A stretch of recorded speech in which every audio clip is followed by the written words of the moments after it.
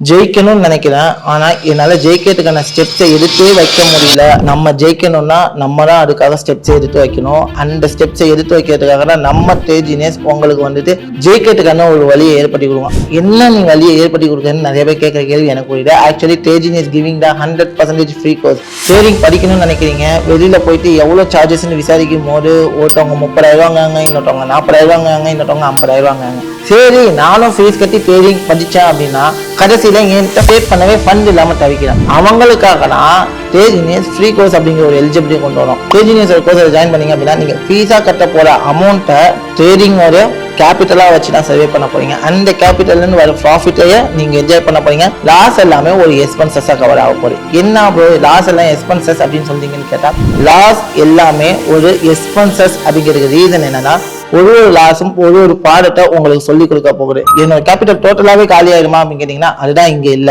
நீங்க எடுக்க போற ரிஸ்க் கேபிட்டல்ல 10-20% மட்டும் தான். அந்த ரிஸ்கை எடுத்து நீங்க நல்லா க்ரோ ஆகிறதுக்கு ஒரு ஸ்டெப்பா எடுத்து வச்சீங்க அப்படின்னா கண்டிப்பா சொல்றேன் நீங்களும் இங்க ஜெயிக்கிறதுக்கு ரெடி ஆயிட்டீங்க அப்படிங்கிற. அப்போ வாழ்க்கையில ஜெயிக்கணும் அப்படின்னா நம்மளும் கரெக்டான பாதையை சூஸ் பண்ணணும். கரெக்டான பாதையை சூஸ் பண்ணி கரெக்டான வேலை போனோம் அப்படின்னா நீங்க ஜெயிப்பீங்க. அதுக்கு நான் கேரண்டி.